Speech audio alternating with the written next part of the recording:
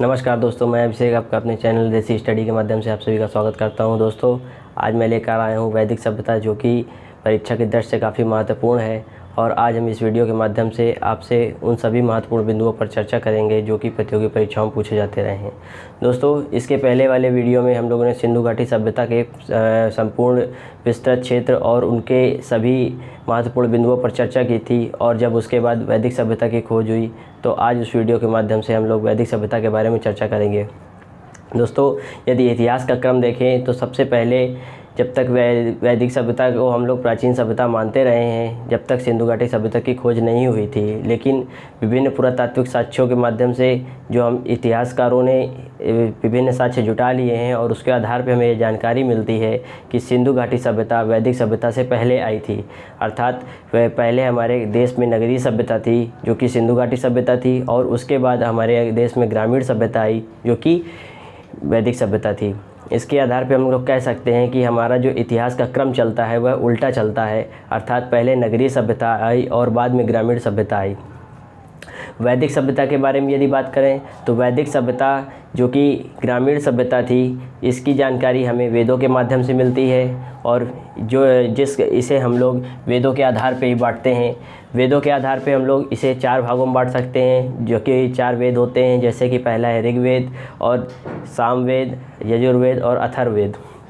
तो जिस वैदिक सभ्यता की जानकारी हमें ऋग्वेद के माध्यम से मिलती है उसे वैदिक सभ्यता कहते हैं। और उसके बाद जो आगे 3 वेद बने, जैसे यजुर्वेद, अथर्ववेद और सामवेद, इनके आधार पे हमें जानकारी मिलती है, वह हमारी उत्तर वैदिक सभ्यता में आएगी। तो आइए चर्चा करते हैं इस सभ्यता के बारे में। सबसे पहले इसके परीक्षा के बारे में बात करें तो वैदिक सभ्यता का जो काल माना जाता रहा है वह 1500 से लेकर 600 BC माना जाता रहा है, क्योंकि सिंधु घाटी की सभ्यता का जो पतन हुआ था वह 1750 में हो चुका था, और उसके बाद कोई काफ़ी लंबे समय तक कोई भी सभ्यता का विकास नहीं हुआ। लेकिन जब 1500 BC तक आते आते एक ऐसी सभ्यता का विकास हुआ जो कि ग्रामीण सभ्यता थी, और आज हम उसे वैदिक सभ्यता के नाम से जानते हैं। तो सबसे पहले इसे हम लोग 2 भागों में बांटते हैं। पहला हमारा पूर्व वैदिक काल और दूसरा हमारा उत्तर वैदिक काल। पूर्व वैदिक काल के बारे में यदि बात करें तो इसका समय हम लोग 1500 से 1000 BC बांटते हैं, और उसके बाद जो उत्तर वैदिक काल का समय, जिसकी जानकारी हमें यजुर्वेद, सामवेद और अथर्ववेद के माध्यम से मिलती है, उसे हम लोग 1000 से 600 BC में बांटते हैं। वैदिक सभ्यता के बारे में बात करें तो यह शब्द कहाँ से आया, इसकी जानकारी हमें कैसे मिली।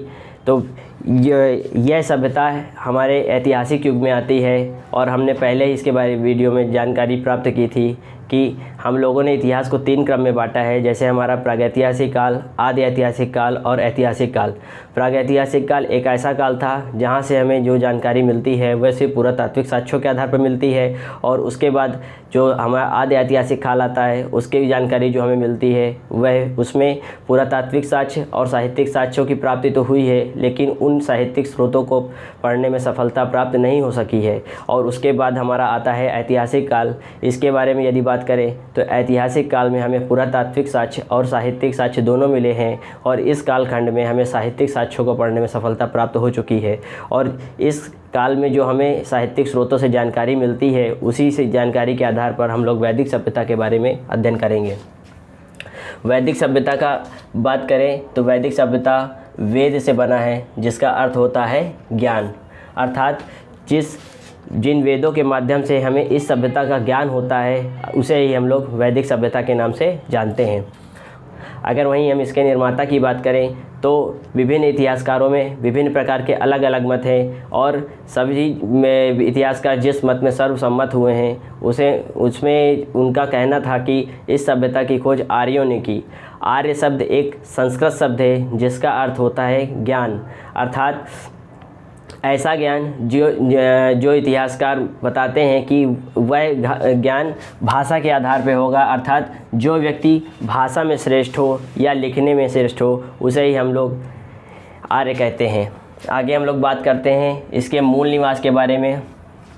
तो इस सभ्यता के मूल निवास के बारे में भी इतिहासकारों में काफ़ी मतभेद रहा है और इसमें विदेशी इतिहासकारों के कुछ अलग मत रहे हैं और उसमें कुछ भारतीय इतिहासकारों ने अपने हिसाब से अपने मत दिए हैं। तो आइए उन मतों के बारे में चर्चा करते हैं। सबसे पहला है हमारा मैक्स मूलर। हमारे मैक्स मूलर एक दार्शनिक थे जिन्होंने बताया कि इस सभ्यता का विकास मध्य एशिया से आए लोगों ने किया, अर्थात मध्य एशिया जो कि हमारा अल्पस पर्वत के पास का क्षेत्र है, उनका कहना था कि मध्य एशिया से आए लोग भारत में आकर बसे और उन्होंने ही वैदिक सभ्यता की शुरुआत की। आगे वहीं दूसरे इतिहासकार जो भारतीय हैं डॉक्टर संपूर्णानंद, इनका कहना था कि जो आर्य आए थे या इस सभ्यता का जो मूल निवास रहा है वह आल्पस पर्वत के पास यूरेशिया, अर्थात आल्पस पर्वत यूरोप और एशिया के मध्य जो पर्वत पड़ता है इसका स्रोत वहाँ से है, मतलब वहाँ से आए लोगों ने इस सभ्यता का विकास किया। वहीं हमारे बाल गंगाधर तिलक, जिनका कहना था कि इस सभ्यता का विकास आर्कटिक ध्रुव से आए व्यक्ति लोगों ने किया, अर्थात जैसे मान लीजिए यह ग्लोब है तो यहाँ पर उत्तरी ध्रुव पड़ता है और बाल गंगाधर तिलक ने इससे मत को मान्यता दी कि जो आर्य सभ्यता का विकास हुआ या वैदिक सभ्यता का जो विकास हुआ वह उत्तरी ध्रुव से आए लोगों ने किया, जो कि आर्कटिक में पड़ता है। आगे वहीं स्वामी दयानंद सरस्वती का कहना था कि इस सभ्यता का विकास तिब्बत से आए लोगों ने किया था। तो विभिन्न इतिहासकारों में अलग अलग प्रकार के मत हैं और सभी इतिहासकारों ने अपने अपने हिसाब से इन सभ्यता के बारे में मत दिए हैं और उन्होंने इसके स्रोतों को अलग अलग बताया है।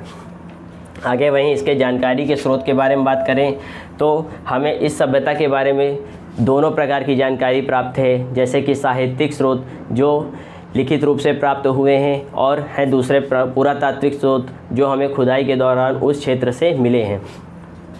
आगे इसके पुरातात्विक स्रोत और साहित्यिक स्रोतों के बारे में चर्चा करने से पहले इस पॉइंटों को एक बार फिर से रिवाइज कर लेते हैं। तो हमने परिचय के बारे में यहाँ जानकारी प्राप्त की कि इस सभ्यता का विकास 1500 से लेकर 600 BC था, 1500 से लेकर 600 BC। और इसी से वैदिक काल को हम लोग दो भागों में बांटते हैं, जिसकी चर्चा हम लोग अगले वीडियो में करेंगे। और पहला इसके अंतर्गत हमारा आता है पूर्व वैदिक काल, जिसका समय 1500 से लेकर 1000 BC माना जाता है। और उसके बाद हमारा दूसरा आता है उत्तर वैदिक काल, जिसका समय 1000 BC से लेकर 600 BC माना जाता है। पूर्व वैदिक काल को हम लोग ऋग वैदिक काल भी जानते हैं। ऋग वैदिक काल इसे क्यों कहते हैं? क्योंकि इसकी जो मूल जानकारी मिलती है वह हमें ऋग्वेद के माध्यम से मिलती है। और इसके बाद हमारा आता है उत्तर वैदिक काल। इसे हम उत्तर वैदिक काल क्यों कहते हैं? क्योंकि इसकी हमें जो जानकारी मिलती है वह ऋग्वेद को छोड़कर आगे जो हमारे 3 वेद यजुर्वेद, अथर्ववेद और सामवेद आते हैं उनसे हमें इसकी जानकारी प्राप्त होती है, इसलिए हमें इसे उत्तर वैदिक काल कहते हैं। आगे हम लोग इसके निर्माताओं के बारे में बात की तो विभिन्न इतिहासकारों ने इसके निर्माता का जो क्रम बताया है वह उन आर्यों को बताया है, जिनका अर्थ होता है श्रेष्ठ। श्रेष्ठ अर्थात भाषा में श्रेष्ठ, मतलब जो व्यक्ति किसी भाषा में श्रेष्ठ हो, निपुण हो, उसे हम लोग आर्य कहते हैं। आगे हम इसके निवास के बारे में जानकारी प्राप्त करते हैं कि इस सभ्यता का निवास कहाँ से कहाँ तक था। तो विभिन्न इतिहासकारों ने इसके बारे में अलग अलग मत दिए, जैसे कि मैक्स मूलर ने बताया कि ये मध्य एशिया से आए हुए थे। उसके बाद डॉक्टर संपूर्णानंद बोलते हैं कि यह आल्पस पर्वत जो कि यूरोप और एशिया के मध्य पड़ता है, उसकी सीमा पड़ता है और उसे हम लोग यूरेशिया कहते हैं। उसके बाद बाल गंगाधर तिलक का कहना था कि आर्य जो आए थे वह आर्कटिक ध्रुव से अर्थात उत्तरी ध्रुव से आए थे। उसके बाद स्वामी दयानंद सरस्वती कहते हैं कि इन आर्यों का जो आगमन हुआ था वह तिब्बत क्षेत्र से आए हुए थे। आगे जानकारी के बारे में हम लोगों ने इसके बात की कि इसकी जानकारी हमें कहाँ से मिलती है। तो इसकी जानकारी हमें साहित्यिक और पुरातात्विक स्रोत से मिलती है, उसके बारे में हम लोग चर्चा करेंगे। तो सबसे पहले बात करते हैं इसके पुरातात्विक साक्ष्य या स्रोतों के बारे में। इसके वैदिक सभ्यता के सबसे पहले जो साक्ष्य या पुरातात्विक साक्ष्य मिलते हैं उनमें से सबसे प्रसिद्ध जो पुरातात्विक साक्ष्य है वह है बोगाज कोई का अभिलेख। बोगाज-कोई का अभिलेख, यहाँ से परीक्षा में प्रश्न कई बार पूछा जा चुका है कि इस सभ्यता का जो हमें सबसे पुरातात्विक स्रोत मिलता है, पुरातात्विक साक्ष्य मिला है, वह सबसे पुराना है और उसका नाम क्या है, तो वह हमारा बोगाज-कोई अभिलेख होगा। अगर इस बोगाज-कोई अभिलेख के समय की बात करें तो यह हमारा 1400 BC से 1400 BC तक का समय था जो ये जहाँ इस अभिलेख की खोज हुई। और वहीं इस अभिलेख के अंतर्गत हमें इंद्र, वरुण, मित्र और नासत्य आदि का उल्लेख मिलता है। अर्थात बोगाज-कोई अभिलेख एक ऐसा अभिलेख था जहाँ से भारतीय जो भगवान हुए या भारतीय देवताओं के बारे में जानकारी मिलती है। उनमें प्रमुख रूप से हमारे इंद्र, वरुण, मित्र और नासत्य, ये देवताओं का उल्लेख उनमें प्रमुख रूप से मिलता है। तो जो वैदिक सभ्यता के अंतर्गत जो पुरातात्विक अभिलेख है उसका नाम क्या है, तो सबसे पहला हमारा हो जाएगा बोगाज-कोई अभिलेख। अगर इस बोगाज-कोई अभिलेख के समय का प्रश्न पूछा जाए तो उसका समय हो जाएगा 1400 BC। और उसके बाद इस अभिलेख में पूछा जाए कि किसकी जानकारी दी गई है, तो उसमें बोलेंगे हम लोग भारतीय देवताओं की, जिसमें से प्रमुख रूप से इंद्र, वरुण, मित्र और नासत्य है। उसके बाद अगर हम लोग बात करें पूर्व वैदिक काल में मिट्टी के बर्तन हमें प्राप्त हुए हैं, जिनमें से हम लोग गौरिक मृदभांड OCP के नाम से जानते हैं। और वहीं उत्तर वैदिक काल में जो हमें चित्रित धूसर भांड मिले हैं, ये भी मिट्टी के बर्तन हैं और इन्हें हम PGW के नाम से जानते हैं। तो यहाँ हम लोगों ने जानकारी प्राप्त की कि पुरातात्विक साक्ष्य के अंतर्गत वैदिक सभ्यता में हमें एक अभिलेख प्राप्त हुआ है जिसका नाम बोगाज-कोई अभिलेख है और उसका समय 1400 BC से रहा है। इसके बाद हमें उसमें किस प्रकार की जानकारी मिलती है, तो वह भारतीय देवताओं की जानकारी मिलती है। और उनमें हमें 2 प्रकार के मृदभांड मिले हैं, जिसमें हम पूर्व वैदिक काल के अंतर्गत गौरिक मृदभांड की जानकारी प्राप्त करते हैं और उसे OCP के नाम से जाना जाता है। उसके बाद हमारा आता है उत्तर वैदिक काल, जिसमें हमें चित्रित धूसर भांड मिला है और उसे हम लोग PGW के नाम से जानते हैं। दोस्तों, वहीं हम लोग अगर साहित्यिक स्रोतों के बारे में बात करें तो साहित्यिक स्रोतों में वैदिक काल की जो हमें जानकारी मिलती है वह हमें ऋग्वेद से मिलती है। और ऋग्वेद के बारे में अगर हम चर्चा करें तो यह वेद सबसे प्राचीन वेद था जो कि सबसे पहले संकलित किया गया था। और इसके संकलनकर्ता कौन थे, तो महर्षि वेदव्यास और कृष्णद्वैपायन ने इसकी संकलन किया या इसकी रचना की। इसमें उन्होंने 10 मंडल और 1028 सूक्त अर्थात मंत्रों की जानकारी दी। और यदि इस ऋग्वेद से प्रश्न पूछे जाने की बात करें तो परीक्षा में यहाँ से प्रश्न पूछा जाता है कि इसके संकलनकर्ता कौन थे, तो हमारा उत्तर होगा वेदव्यास। और इसके बाद हम लोग बात करें तो इसमें हमें जो सबसे नया मंडल मिलता है वह प्रथम और 10वां मंडल था। अर्थात प्रथम और 10वें मंडल इस ऋग्वेद में सबसे बाद में जोड़ा गया। परीक्षा में प्रश्न पूछा जाता है कि कौन सा ऐसा मंडल है जो ऋग्वेद में सबसे बाद में जोड़ा गया, तो वह हमारा प्रथम और 10वां मंडल है। आगे हम लोग बात करें तृतीय मंडल के बारे में। तृतीय मंडल में हमें जो जानकारी मिलती है वह गायत्री मंत्र के बारे में मिलती है और इसकी रचना विश्वामित्र ने की थी। वहीं 7वें मंडल की अगर हम लोग बात करें जो प्रमुख रूप से हैं, तो 7वें मंडल में हमें दशराज युद्ध की जानकारी मिलती है। दशराज युद्ध भरत वंश के राजा थे सुदास, जो उस समय 10 राजाओं से उनका युद्ध हुआ था और अंतिम में सुदास राजा की विजय हुई थी। और इसकी जानकारी हमें उस समय वैदिक काल से मिलती है, जिसको ऋग्वेद में संकलित किया गया है। और आगे अगर हम 9वां मंडल की बात करें तो 9वां मंडल हमारा किसको समर्पित है, सोम देवता को। यह प्रश्न भी परीक्षा में कई बार पूछा जा चुका है कि ऐसा कौन सा मंडल है जो सोम देवता को समर्पित है, तो वह हमारा 9वां मंडल है। और वहीं अगर पूछा जाता है कि किस मंडल में दशराज युद्ध के बारे में जानकारी दी, तो वह हमारा 7वां मंडल होगा। 10वां मंडल के बारे में यदि हम लोग चर्चा करें तो यह एक ऐसा मंडल था जहां से वर्ण व्यवस्था का उल्लेख किया गया है। वर्ण व्यवस्था के बारे में बात करें तो यदि जैसे कि हम लोगों ने सिंधु घाटी सभ्यता में पढ़ा था कि उस सिंधु घाटी सभ्यता में वर्ण व्यवस्था नहीं थी, अर्थात उस समय किसी भी प्रकार की जाति का उल्लेख नहीं मिलता। लेकिन वैदिक काल में आते आते हमारे वैदिक सभ्यता में हमारा वर्णों की व्यवस्था हो गई थी। और वर्णों के बारे में यदि बात करें तो यहाँ पर किसी विराट पुरुष के मुख से ब्राह्मण की उत्पत्ति हुई, और उसकी बाहों से क्षत्रिय की उत्पत्ति हुई, उसकी जांघों से वैश्य की उत्पत्ति हुई, और उसके पैरों से शूद्र की उत्पत्ति हुई। अर्थात इस वैदिक काल में जो वर्ण व्यवस्था का उल्लेख मिला उसे हम लोग 4 भागों में विभाजित करते हैं। पहला है हमारा ब्राह्मण, दूसरा है हमारा क्षत्रिय, तीसरा है हमारा वैश्य, और चौथा है हमारा शूद्र। तो अगर प्रश्न पूछे कि वर्ण व्यवस्था का उल्लेख किस मंडल में मिलता है, तो वह हमारा 10वां मंडल होगा।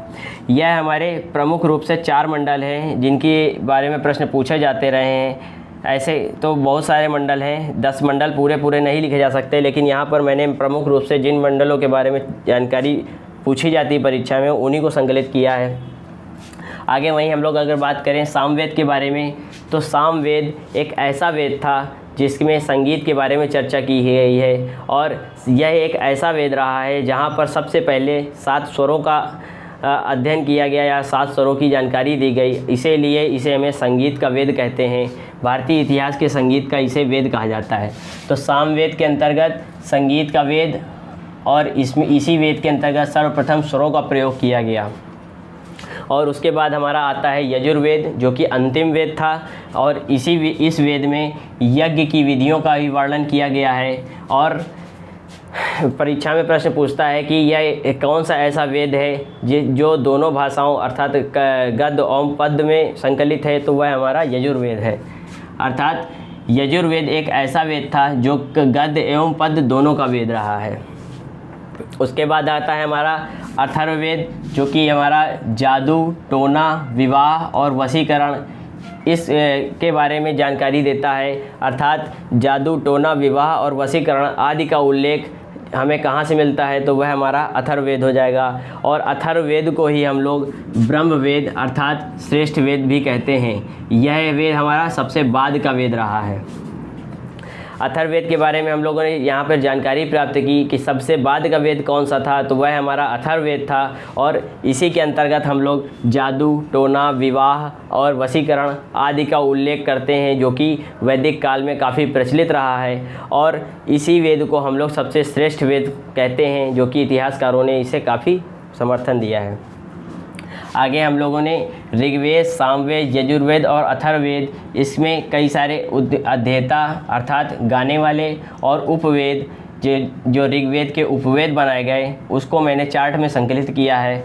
तो हम लोग इसके बारे में भी जानकारी प्राप्त करेंगे।